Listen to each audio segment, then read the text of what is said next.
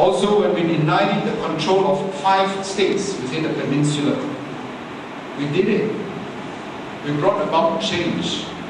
We were euphoric. But has there been much change 2 years since that day?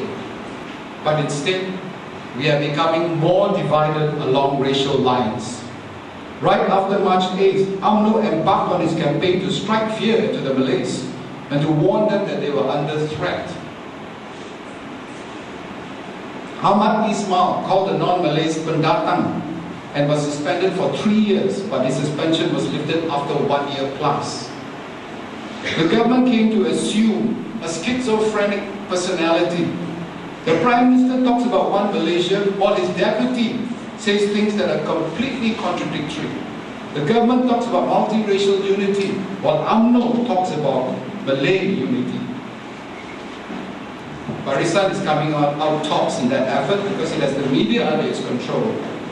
But both seem to be doing their worst to win the next general election. I hope we would have leaders who would be honest, clean, and respectful of us, the people, who will not think we were stupid or immature. Instead, most of the time we hear of more and more corruption on both sides. I hope Pakatan Rakyat would turn out to be a formidable force, united and effective, providing a strong opposition in Parliament. But look at the state it's in today. The number of elected representatives who have quit PKR is distressing. And Pakatan can't blame the mainstream media for this. Neither can Pakatan blame anyone for its ability to produce frauds. Anwar Ibrahim promised us defections from Barisan to Pakatan on September 16, 2008, but it never happened. Now it's happening, but the defectors are from Pakatan. In any case, Anwar's attempt to take over the government on September 16 was misguided and merely exposed his true ambition to be Prime Minister above all else. What we have seen in the last 2 years is that our leaders are not good enough. Their own party, their own people, and they will do anything to ensure that they get what they want. Let's talk that there are now at least 3 factions within UMNO, and Najib is not secure. We have seen the recent efforts to undermine his administration. The most worrying of the UMNO factions is the right-wing faction, and there is no underestimating their influence. Outside of UMNO, the right-wing movement is apparently gaining momentum, and the Allah issue is giving them the common cause. At present, the most prominent group is the Malay NGO Perkasa. It was formed only 1.5 years ago, but it seems to be gaining support fast. I think Malaysians are becoming more courageous. More and more are speaking up, of all races. Fewer and fewer are kowtowing to the people in high places.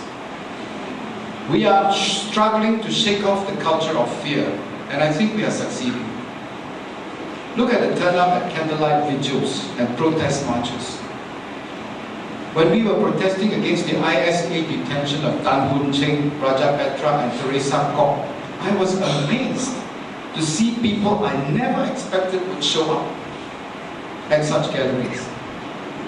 3 years ago, such people would not have dared come near such activities. The next GE will be crucial.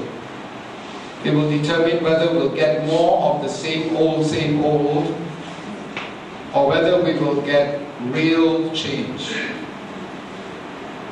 Whether we will continue to be a nation divided along racial lines, or be hopeful of being a truly Malaysian nation. If we are to keep the March 8 spirit alive and make irreversible the trend to take Malaysia out of the dark ages, we have to do our part. I hope those of you who have not yet registered as voters will do so as soon as possible. Choice is what we have now. That has been the gift of March 8th. We should exercise that choice for the betterment of our country.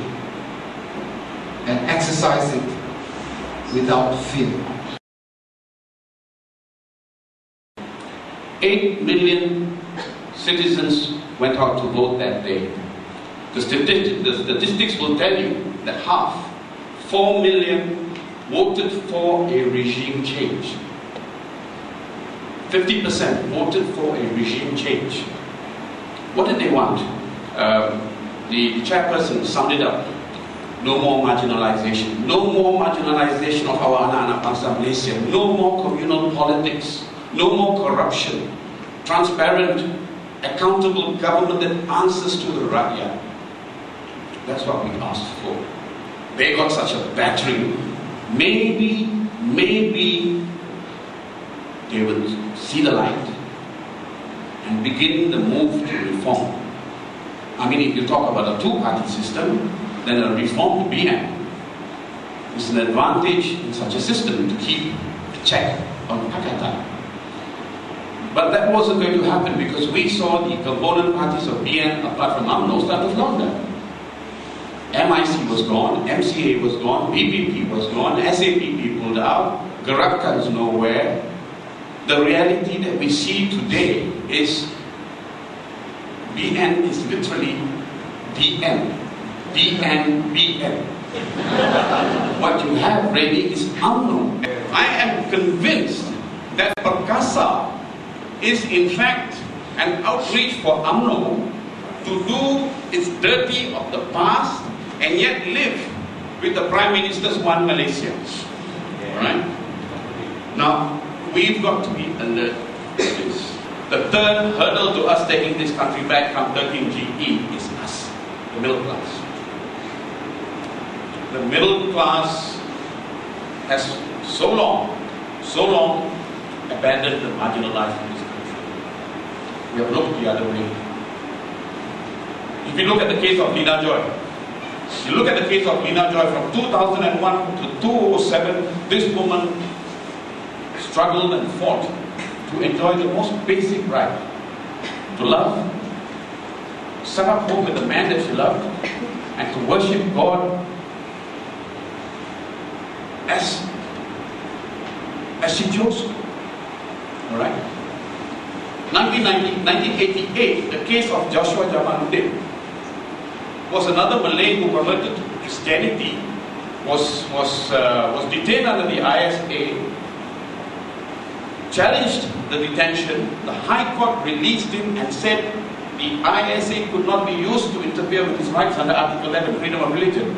The Supreme Court reaffirmed that decision. Now, the point I want to make to you is this. Between Jamaluddin's case and Lina Joy's, the written law had not changed an iota. Mahathir single-handedly tore down. And what did we do when Saleh Abbas was being tribunalized for what? Speaking up for a judiciary that was being assaulted by the executive? Our institution, he stood up to defend, and for that he was tribunalized, and we looked the other way. I will give you this. In 1988, Mahathir had already successfully rendered the media impotent. The media had been suspended in 87, and by the time they got their licenses back, they were like toilet paper. I want change. They want power. They will press us for the power, but not necessarily for the change that we ask.